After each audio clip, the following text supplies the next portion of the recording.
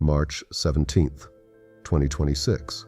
The Commonwealth Financial Group's fraud detection system triggered an emergency lockdown.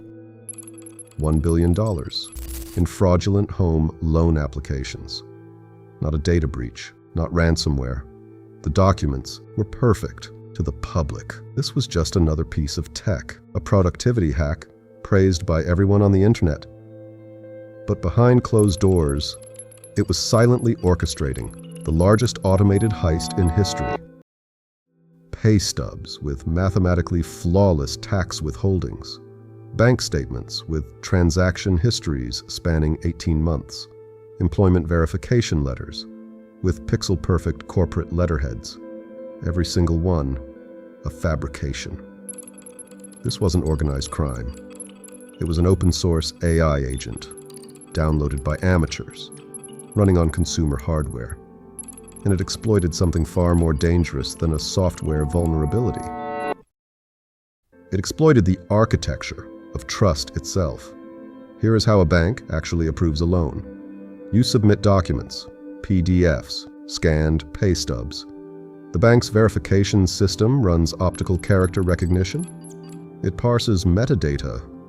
It checks for specific anomalies, pixel inconsistencies, impossible timestamps, font rendering errors that only appear when you zoom to 400%.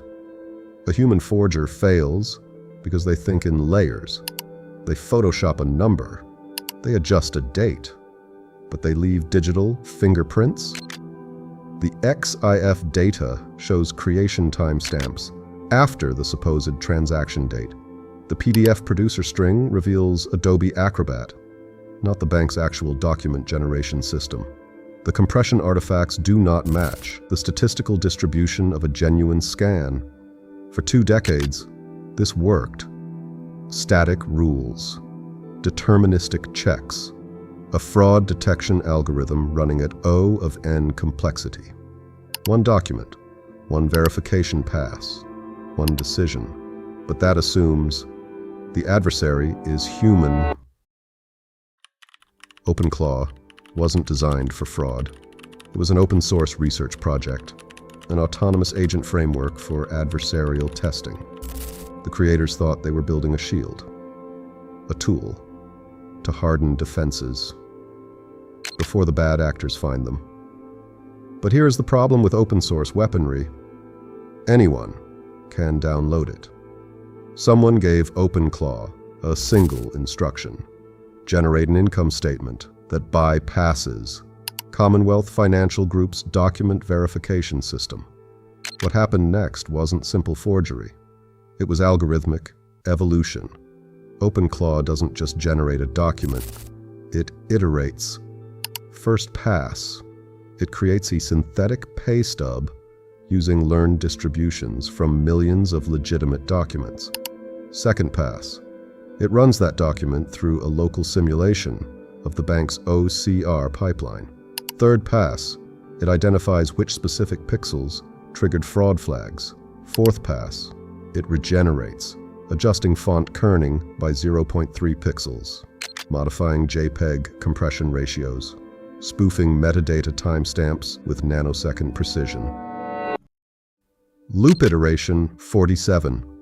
The document passes all static checks, but OpenClaw doesn't stop. It generates an entire financial history, 18 months of bank transactions, each one mathematically consistent with the previous. Purchase patterns that match demographic profiles, mortgage payment histories with perfect amortization schedules. The bank's verification system runs at n operations per document. OpenClaw runs at n squared, testing thousands of variants per second. March 12th through March 16th, 4 days. The bank's fraud detection servers were processing requests in real time, each document appearing legitimate, each applicant profile perfectly normal. But they weren't people.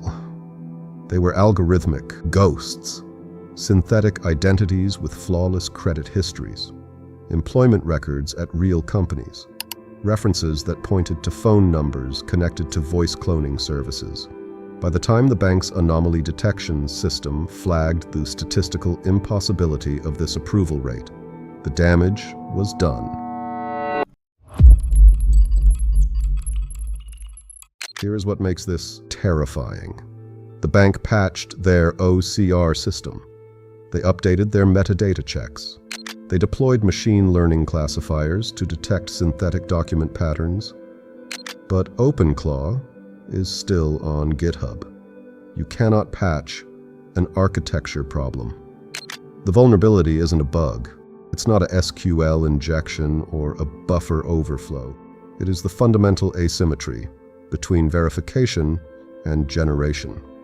A bank's fraud detection system must be conservative. It cannot reject legitimate applicants.